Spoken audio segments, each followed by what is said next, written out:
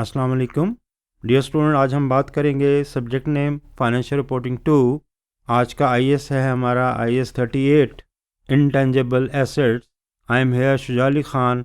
आज हम बात करेंगे यूनिट नंबर 5.2 पे लर्निंग ऑब्जेक्टिव्स। 5.1 में हमने बात की आईएएस 38 इंटेंजिबल एसेट्स के ऊपर।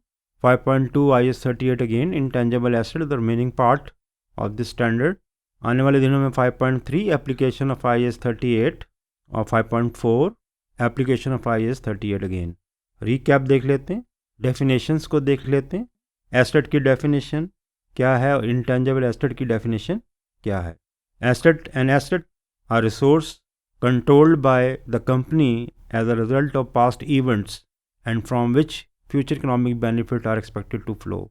यानी वो रिसोर्सेज जो कि एंटिटी के कंट्रोल में हो, नंबर 1, और जिसका फ़ायदा जो है वो कंपनी को मिले, उसे हम कहते हैं वो हमारे एसेट है। Intangible asset and identifiable non monetary asset without physical substance. यानी इंटेंजिबल एसेट जिस पे हम बात कर रहे हैं उनका फिजिकल सब्सटेंस नहीं होता और आइडेंटिफाइबल होते हैं, जिसमें goodwill, trademarks, patents, copyrights, knowledge, ये तमाम चीज़ें जो हैं ये इंटेंजिबल एसेट की मद में आ जाती हैं। तो इंटेंजिबल एसेट जिस पे हम बात कर रहे हैं, आज हमने बात करनी थी आईएएस 38 के दूसरे पार्ट पे internally generated intangible asset section पे बात करनी है कि वो इंटेंजिबल एसेट जो इंटरनली जनरेट हो जाते हैं उनकी अकाउंटिंग ट्रीटमेंट, उनकी रिकग्निशन कैसे की जाएगी। Paragraph number reference para 8 definitions का है। Para 9 examples of intangible asset की लिस्ट दी हुई है आईएएस के अंदर। पैराग्राफ नंबर 10 में भी इसी को डिस्कस किया गया। Paragraph number 11 to 17 identifiability, controllability and future economic benefit को डिस्कस किया जाता है कि वो इंटेंजिबल एसेट जिसमें identifiability, controllability, future economic benefit हो, उसको हम एज ए इंटेंजिबल एसेट लेते हैं। पैराग्राफ नंबर 18 पे रिकग्निशन एंड मेजरमेंट का इशू डिस्कस किया जाता है। पैराग्राफ नंबर 25-32 सेपरेट एक्विजिशन की इंटेंजिबल एसेट की ट्रीटमेंट कैसे की जाएगी। Paragraph number 33 acquisition as a part of business combination, अगर आपने इंटेंजिबल एसेट एक्वायर किए हैं तो उनकी काउंटिंग ट्रीटमेंट कैसे की जाएगी। Paragraph number 44 acquisition by way of government grants. Paragraph number 45 exchanges of asset. Paragraph number 48 internally generated goodwill. Paragraph number 51 internally generated intangible asset 52 से 61 तक, प्लस कि cost of internally generated intangible asset कैसे recognise की जाएगी और past expense not to be recognise an asset. Paragraph number 17, paragraph number 72-87 measurement after recognition. Paragraph number 88-128 useful life amortisation of intangible asset, D recognition and disposal plus disclosure of intangible asset. तो आज का जो हमारा area है वो paragraph number 48 से लेकर और 128 तक आज हम यूनिट नंबर 5.2 में डिस्कस करेंगे। उससे पहले वाले जो पैराग्राफ है वो हमने यूनिट नंबर 5.1 में डिस्कस हम कर चुके हैं। IAS IFRS must have 3 things. जैसे बात की पैराग्राफ नंबर 10 में कंट्रोलेबिलिटी हो कि आप उस इंटेंजिबल एसेट को कंट्रोल कर सकें, तभी आप उसे रिकग्नाइज कर सकते हैं एज एन एसेट। आइडेंटिफाइबल हो और future economic benefit flow to the entity हो। अगर ये तीनों चीज़ें हैं तो फिर हम उसको एज इंटेंजिबल एसेट रिकग्नाइज कर सकते हैं। इनिशियल मेजरमेंट एट कॉस्ट पे करेंगे। अगर आपने कोई इंटेंजिबल एसेट सेपरेट एक्वायर किया है, गुडविल आपने एक्वायर किया या कोई पेटेंट एक्वायर किया या कोई ट्रेडमार्क एक्वायर किया है, तो उसे आप बुक करेंगे एट कॉस्ट। अगर आपने बिजनेस कम्बिनेशन में कोई एसेट इंटेंजिबल एसेट एक्वायर किया है तो उस सूरत में cost equal to fair value होगी। और अगर इंटरनली जनरेटेड इंटेंजिबल एसेट है और expenditure in current development phase है तो आप उसे रिकग्नाइज करेंगे, उसकी मेजरमेंट करेंगे। तो आज का हमारा टॉपिक, जैसे कि हमने पहले बात की, इंटरनली जनरेटेड इंटेंजिबल एसेट के ऊपर है कि वो इंटेंजिबल एसेट जो इंटरनली जनरेट हो जाते हैं बिजनेस के अंदर, एंटिटी के अंदर, उनकी ट्रीटमेंट कैसे की जाएगी। Focus today is a day on IAS 38 पे बात कर रहे हैं, यूनिट नंबर 5.2। आज का हमारा एरिया था रिसर्च एंड डेवलपमेंट, यानी internally generated intangible asset. Simple theory तो ये कहती है कि अगर आर में आप हैं, रिसर्च एक्टिविटीज़ के अंदर अगर आप हैं, तो आप उस कॉस्ट को एक्सपेंस आउट करेंगे, वेरएज डेवलपमेंट जो कॉस्ट होगी उसे कैपिटलाइज करेंगे, उसे एसेट बुक करेंगे डेवलपमेंट कॉस्ट की मद में, तो बेसिक चीज़ को आपने जहन में रखना है R&D। आर पे जो भी खर्चा किया जाएगा, आर एक्टिविटीज़ के ऊपर जो भी खर्चा किया जाएगा, उसको आप एक्सपेंस आउट करेंगे प्रॉफिट लॉस के थ्रू। जबकि जो डेवलपमेंट एक्टिविटीज़ पे जो भी कॉस्ट इनकर होगी, अगर उसमें क्राइटेरिया फुलफिल हो रहा है तो उस कॉस्ट को, उस एक्सपेंडिचर को आप डेवलपमेंट की कॉस्ट में बुक करेंगे, कैपिटलाइज करें। So the term research and development is commonly used to describe work on the innovation, design, development and testing of new products, process and system. R&D का लफ्ज़ हम use करते हैं। Assessment of whether an internally generated intangible asset meet the criteria for recognition requires the company to classify the generation of asset into। देखना पड़ेगा कि आप research phase के अंदर है या डेवलपमेंट फेज़ के अंदर। अगर रिसर्च फेज़ के अंदर है तो वो कॉस्ट हम एक्सपेंस आउट करेंगे, और अगर डेवलपमेंट फेज़ पे है तो उसे कैपिटलाइज करेंगे under the head of development cost, and main head will be intangible. If research phase cannot be distinguished from the development phase, the expenditure on the project is all treated as that incurred on the research।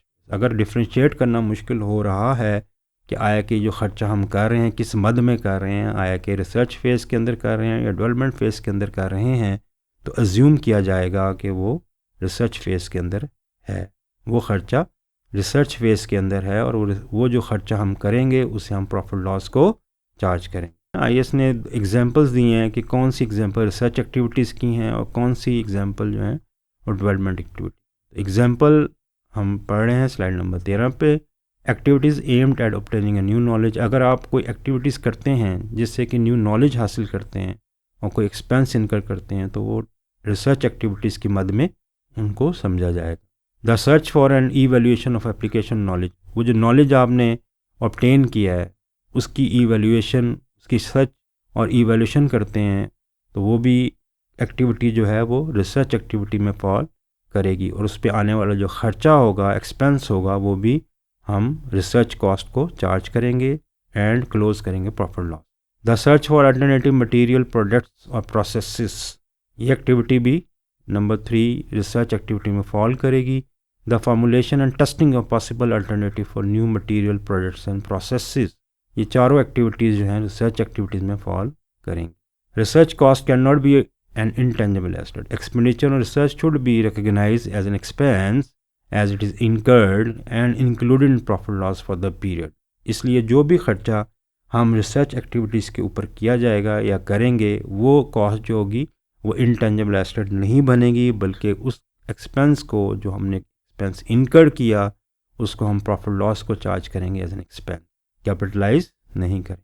On the other hand development का phase क्या होगा? Development is application research finding. जो research आप करते हैं उसकी जब आप एप्लीकेशन में जाएंगे, उसको प्लान या डिज़ाइन करने में, प्रोडक्शन ऑफ अ न्यू और substantial improve material, device, product, process, system और services before start of commercial production और use.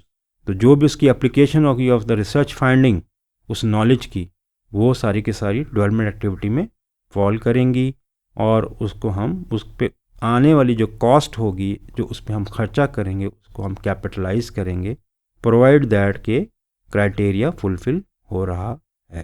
Example of development activity include the design, construction and testing of pre production prototype and models, the design of tools involving a new technology, the construction and the operation of pilot plant that is not large enough for economic commercial production, the last one the design, construction and testing of new material, product और process. तो design construction, design construction, design construction, आप अगर इसको गौर से देखें तो ये 4 चीज़ों के अंदर ये 2 लफ्ज़ ज़्यादा यूज़ हुए हैं, डिज़ाइन कंस्ट्रक्शन, डिज़ाइन फिर कंस्ट्रक्शन और फिर डिज़ाइन कंस्ट्रक्शन अगेन। तो ऐसी एक्टिविटीज़ जो होंगी जिसमें कि डिज़ाइन कंस्ट्रक्शन का इशू होगा, उसको हम कहेंगे कि हमारी वो डेवलपमेंट एक्टिविटीज़ के अंदर हम फॉल कर रहे हैं। Development cost are capitalise when they meet the certain further criteria. तो डेवलपमेंट कॉस्ट को कैपिटलाइज करने के लिए हमें क्राइटेरिया देखना पड़ेगा। These comprise more detailed guidance on whether it's probable that the future economic benefit from the asset will flow to the entity and whether the cost can be measured reliably। तो asset की जो basic definition है कि cost can be measured reliably हो, economic benefit flow to the entity हो, the same definition given in the framework, उसको पूरा करना होगा। Development cost must be recognised as intangible asset but only if all the following conditions can be demonstrated। अगर ये सारी condition जो अगली स्लाइड में आएंगी अगर वो डेमोन्स्ट्रेट कर रही हैं तो आप उसे कैपिटलाइज करेंगे। अगर उनमें से कोई एक कम होगी तो उस सूरत में हम जो डेवलपमेंट कॉस्ट है उसे कैपिटलाइज नहीं करेंगे। In simple development criteria can be explained. Number 1, sector criteria आपको देखना पड़ेगा। S stand for separate project होना चाहिए, E stand for economically viable होना चाहिए, C stand for commercially feasible होना चाहिए, T stand for technically possible होना चाहिए, O stand for overall profitable होना चाहिए, the last one R stand for resources are available. अगर ये 6 चीज़ें साइमल्टेनियसली फुलफिल हो रही हैं तो आप कहेंगे कि ये डेवलपमेंट एक्टिविटीज़ में जो कॉस्ट आप इनकर करेंगे वो आपकी डेवलपमेंट कॉस्ट होगी और IAS 38 के मुताबिक इसको हम कैपिटलाइज करेंगे। तो सेक्टर क्राइटेरिया जो है वो जहन में रखना है, SECTOR। IAS में जो पैराग्राफ दिया गया है, number 1, it is technical feasible to complete the development project. Technically feasible होना चाहिए। The company intends to complete the development of the asset and they can use or sell it. Company की intention होनी चाहिए उसको complete करने का, उस project को कंप्लीट करने का, या यूज़ करने के लिए या उसको फर्दर सेल करने के लिए। The asset that is being developed is capable of being used और sold. Future economic benefit can be generated, उससे फ्यूचर इकोनॉमिक बेनिफिट जनरेट होना चाहिए। This might proved by existence of market for the asset output और the usefulness of the asset within the company it. या तो company खुद use करे या उसके लिए मार्केट अवेलेबल होनी, प्लस उसके लिए resources are available to complete the development. उस डेवलपमेंट प्रोजेक्ट को कंप्लीट करने के लिए रिसोर्सेज अवेलेबल होने चाहिए। द लास्ट वन, 6 कंडीशन, जैसे हमने बात की कि development expenditure can be measured reliably होने, for example via costing record, कि डेवलपमेंट एक्सपेंडिचर जो हमने किए हैं उनको मेजर किया जा सके। अगर ये 6 कंडीशन पूरी उतर रही हैं तो वो जो कॉस्ट होगी वो डेवलपमेंट कॉस्ट होगी, उससे हम IAS 38 के मुताबिक कैपिटलाइज करें। Any one of these conditions is not met, the development expenditure must be treated in the same way as research cost and recognise in full as an expense when it is incurred. अगर तो conditions कोई एक भी shortfall है उन 6 में से तो फिर हम उसे रिसर्च कॉस्ट अज्यूम करेंगे और उसको प्रॉफिट लॉस को चार्ज करेंगे। ओनली एक्सपेंडिचर इनकर्ड, बड़ी अहम बात, after all the conditions have been met can be cap. तो बड़ा रिजिड किस्म का क्राइटेरिया है, स्ट्रिक्ट किस्म का क्राइटेरिया है, 6 कंडीशंस की फॉर्म में, सेक्टर की शक्ल में वो पूरा होना चाहिए, अदरवाइज हम उसे एक्सपेंस करें। Once such expenditure have been written off as an expense, it cannot subsequently be reinstated as an interest। इसका मतलब ये है कि अगर आपने एक दफ़ा कहा ये रिसर्च एक्टिविटी है और ये रिसर्च एक्टिविटी की कॉस्ट है, आपने कहा एक्सपेंस प्रॉफिट लॉस को चार्ज कर दें, फिर आपने कहा ये भी रिसर्च एक्टिविटी है, फिर भी आपने उसे एक्सपेंस आउट कर दिया, फिर आपने कहा अगले नेक्स्ट मंथ 3rd मंथ में कि ये रिसर्च एक्टिविटी कॉस्ट है, आपने एक्सपेंस आउट कर दिया। 4th मंथ में जाके आप समझते हैं कि अब सेक्टर क्राइटेरिया पूरा उतर रहा है, अब आप कहते हैं कि जी अब से जिस दिन से, जिस टाइम फ्रेम से वो सेक्टर क्राइटेरिया फुलफ़िल हो रहा है, उस पॉइंट ऑफ टाइम से आप कॉस्ट जो इनकर करेंगे उसको कैपिटलाइज करेंगे।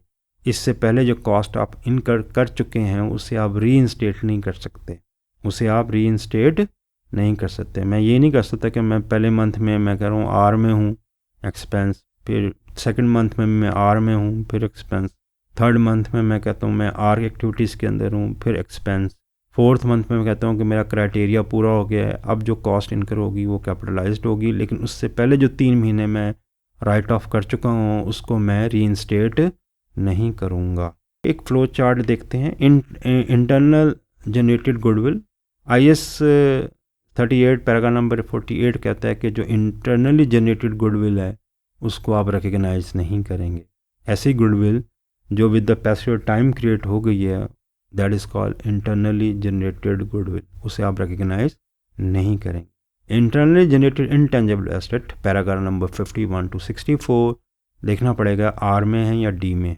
अगर तो आर में है तो एक्सपेंस आउट करेंगे, अगर डी में है तो कैपिटलाइज करेंगे। IAS 38 पैराग्राफ नंबर 64 ये भी कहता है कि internally generated intangible asset recognise नहीं होंगे।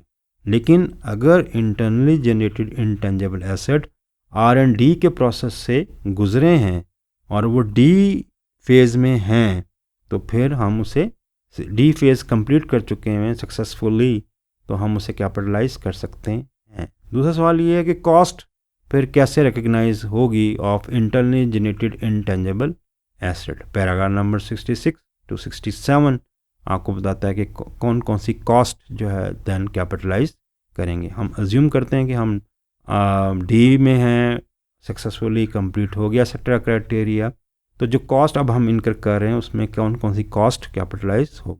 Number 1 cost of materials and services, number 2 cost of employ benefits, number 3 fees to register a legal right, कोई लीगल राइट आपने उसकी फ़ी पे की है, amortisation of patents and licence, ये capitalise cost होगी on account of internally generated intangible asset.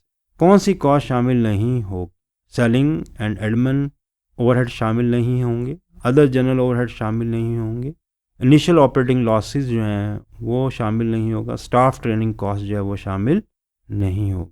ये बातें IAS 2 में भी की जा चुकी हैं और ये बातें तकरीबन IAS 16 में भी की जा चुकी हैं। तो वही सारी बातें जो कि IAS 16 IAS 2 में थी विद रेफरेंस टू कॉस्ट और not included in the cost of internally generated intangible asset, वही बातें आ रही है। तो अगर आपने IAS 2 ठीक पढ़ा हुआ है, अगर आपने IAS 16 सही पढ़ा हुआ है, तो फिर 38 और 16 की आपस में रिजेम्बलेंस किसी हद तक है, क्योंकि तमाम स्टैंडर्ड जो हैं वो एसेट के हैं और उसके लिए एक ही सेट ऑफ प्रिंसिपल होगा। रिसर्च एंड डेवलपमेंट देखना पड़ेगा रिसर्च फेज़ के अंदर है, नो को एक्सपेंस आउट करेंगे, जो भी एक्सपेंस आप करेंगे वो सारे का सारा एक्सपेंस आउट करेंगे, कोई कॉस्ट कैपिटलाइज नहीं करेंगे।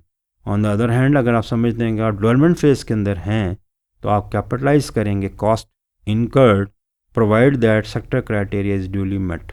हम ये समझते हैं कि सेक्टर क्राइटेरिया जो हमने डिस्कस किया वो ड्यूली मेट हो रहा है। अगर ड्यूली मेट हो रहा है तो हम जो कॉस्ट इनकर करेंगे on account of development phase उसे कैपिटलाइज करेंगे। सब्सिक्वेंट मेजरमेंट के पास हमारे पास दो मॉडल हैं, एक को कॉस्ट मॉडल कहते हैं, एक को revaluation model, the same as per IAS 16। Cost model क्या कहता है कि cost less amortisation if any and impairment loss if any, वही बात जो IAS 16 कहता था with reference to cost model. Revaluation model क्या कहता है, revalued amount less amortisation if any and impairment loss if any. अगर आप रिवैल्यूएशन मॉडल यूज़ कर रहे हैं तो फिर रिवैल्यूड अमाउंट में से हम लेस कर देंगे अमोर्टाइजेशन इम्पेयरमेंट लॉस। कंडीशन सिर्फ उससे ज़्यादा मुख्तलिफ है, एक कि एक्टिव मार्केट रिक्वायर्ड है in order to calculate the fair value. Cost model, an intangible asset is carried at its cost less any accumulated amortization and accumulated impairment loss after initial recognition। कि जो हम intangible asset book करेंगे cost पे, उसमें से accumulated amortization less कर देंगे, accumulated impairment loss less कर देंगे initial recognition के ऊपर। अगर हम revaluation model यूज़ करें, intangible asset can be revalued according to the same rules as those applied to the revaluation of property, plant and equipment as per IAS 16. These were explained in detail in the previous chapter, so will be covered in less detail. हम इस पे बात कर चुके हैं इसलिए हम इस पे कम बात करेंगे। जैसे कि पैराग्राफ नंबर 31 से लेकर 41 तक पैराग्राफ जो हैं IAS 16 के हैं, जो कि प्रॉपर्टी प्लांट इक्विपमेंट डिस्कस किए जा चुके हैं। And intangible asset is carried at revalued amount पे शो करेंगे, its fair value at the date of the revaluation less any subsequent accumulated amortisation and accumulated impairment. तो fair value revalued amount minus accumulated amortization minus accumulated impairment loss, where cost model cost less accumulated amortization minus accumulated impairment loss। दोनों में difference सिर्फ ये है कि वो cost पे measurement है और ये रिवैल्यूड अमाउंट के ऊपर इसकी इक्वेशन एक ही बनेगी, cost minus accumulated amortization minus accumulated impairment loss, revalued amount minus accumulated amortization minus accumulated impairment loss। Depend करता है कि आप कॉस्ट मॉडल यूज़ कर रहे हैं या रिवैल्यूएशन मॉडल यूज़ कर रहे हैं। This is only allowed if the fair value can be determined by reference to an active market in that type of intangible asset, कि एक्टिव मार्केट होनी चाहिए। अमोर्टाइजेशन एंड इम्पेयरमेंट कैसे करेंगे, देखना पड़ेगा कि इंटेंजिबल एसेट जो है वो इनडेफिनिट यूजफुल लाइफ कैरी करता है या लिमिटेड यूजफुल लाइफ कैरी करता है। अगर तो वो लिमिटेड यूजफुल लाइफ यानी 10 ईयर 20 ईयर कैरी करता है, उसकी यूज़फुल लाइफ है, तो फिर amortise over the useful life. और टेस्ट करेंगे impairment when there is an indication, जब इंडिकेशन होगी IAS 36 के मुताबिक तो आप उसकी टेस्टिंग करेंगे फॉर अगर इंटेंजिबल एसेट की लाइफ इनडेफिनिट है, अनलिमिटेड है, फिर अमोर्टाइजेशन नहीं करेंगे बल्कि इम्पेयरमेंट टेस्ट एनुअली करेंगे whenever there is an indication that the intangible asset may be impair. उसके लिए कंडीशन का होना ज़रूरी नहीं है, इम्पेयरमेंट टेस्ट को रन करेंगे for indefinite useful life. Amortisation को डेबिट करेंगे और एक्यूमुलेटेड अमोर्टाइजेशन को क्रेडिट कर देंगे, जबकि इम्पेयरमेंट लॉस की कैपेसिटी में इम्पेयरमेंट लॉस को डेबिट करेंगे और एक्यूमुलेटेड इम्पेयरमेंट लॉस को क्रेडिट कर देंगे। डिस्क्लोजर है ये, जिसको आप देख सकते हैं, एन एग्जाम्पल इज शोन, ये लास्ट स्लाइड है जिसमें कि एक फुट नोट बनाया गया है, डिस्क्लोजर बनाया गया है, जो कि आप अक्सर फाइनेंशियल स्टेटमेंट में देखते हैं। सबसे पहले इंटरनली जनरेटेड डेवलपमेंट कॉस्ट, हम अज्यूम करते हैं कि इंटरनली जनरेटेड इंटेंजिबल एसेट जो है वो डेवलपमेंट फेज़ के अंदर है, इसलिए हम इसे कैपिटलाइज करेंगे। Software licence also intangible asset, goodwill जो है वो अलग लाइन आइटम शो की जाती है एज़ पर IFRS 3, लेकिन इसको वो इंटेंजिबल एसेट कह रहा है, अलग भी शो कर सकते हैं।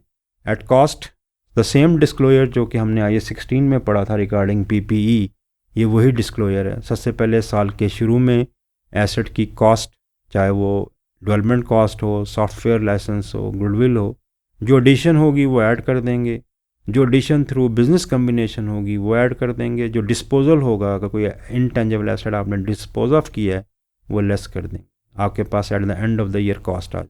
फर्स्ट लाइन जो है वो एट द स्टार्ट है और एंड वाली लाइन जो है एट द एंड। इसी तरह इसका कॉन्ट्रा अकाउंट जो होगा, जैसे एक्यूमुलेटेड डेप्रिसिएशन होता है, इस तरह accumulated amortisation in impairment loss. Eight the start of the year opening balance, amortisation expense for the year add कर देंगे, इम्पेयरमेंट लॉस ऐड कर देंगे। एक्यूमुलेटेड अमोर्टाइजेशन ऑन डिस्पोजल, जो एसेट आपने डिस्पोज ऑफ किया है उस पर जो एक्यूमुलेटेड ऑप्शन है ये लेस कर देंगे, तो आपके पास बैलेंस आना चाहिए एट द एंड, जो कि 175 है। हालांकि 175 नहीं बनता, ये 175 माइनस 10 165 बनेगा, क्योंकि एक्यूमुलेटेड अमोर्टाइजेशन डिस्पोजल जो है माइनस में शो करेंगे। इसी तरह 31 प्लस 10 माइनस 2 होगा, इट कम्स 41 39, तो 39 होगा, और यहाँ से होगा 165 माइनस 10 155। गुडविल में 120 plus 15, at the end figure आ जाएगी आपके पास 155। Accumulated amortisation on account of internally generated development cost and software licence में आ जाएगी 41 minus 2 39। At the end of the year आपके पास एक्यूमुलेटेड का बैलेंस ये होगा। दोनों का जो 320 माइनस 150, अब नेट कैरिंग अमाउंट हमने कैलकुलेट करनी है, तो ओपनिंग में से ओपनिंग लेस कर दें, 290 में से 140 यानी ओपनिंग में से ओपनिंग बैलेंस लेस कर दें, 64 में से 31 लेस कर दें, और 900 में से 120 लेस कर दें। इस तरह क्लोजिंग जो बैलेंस हमारे थे eight the end of the year 320, इसमें से लेस कर देंगे 155, 175 नहीं, क्योंकि ये मिस्टेक नज़र आ रही है इस स्लाइड के ऊपर, ये 10 माइनस में होगा और 2 भी माइनस में होगा। So 320 closing and accumulated is 155, 74 closing minus 39 and 920 closing minus 135। तो एक आपके पास net carrying amount at the start of the year आ जाएगी, एक net carrying amount at the end of the year आ जाएगी। This is a disclosure for intangible asset as per IAS 38। तो ये डिस्क्लोजर जो है ये बिल्कुल वही डिस्क्लोजर है जो कि हमने IAS 16 में PPE का पढ़ा था। इसको आप टी अकाउंट की फॉर्म में भी बना सकते हैं, इसको आप स्टेटमेंट फॉर्म में भी बना सकते हैं, लेकिन बेहतर की क्योंकि आप FR2 पढ़ रहे हैं, FR2 फाइनेंशियल रिपोर्टिंग 2 पढ़ रहे हैं, तो आपको चाहिए कि आप इसको स्टेटमेंट फॉर्म में, डिस्क्लोजर की फॉर्म में, जैसे कि एनुअल रिपोर्ट्स के अंदर गिवन होता है उस फॉर्म में हम इसके शो करें और प्रेजेंट करें और देखें। इंशाल्लाह अपना ख्याल रखिएगा। नेक्स्ट टाइम नेक्स्ट यूनिट के साथ हाजिर होंगे, तब तक के लिए खुदा हाफिज़, शुक्रिया।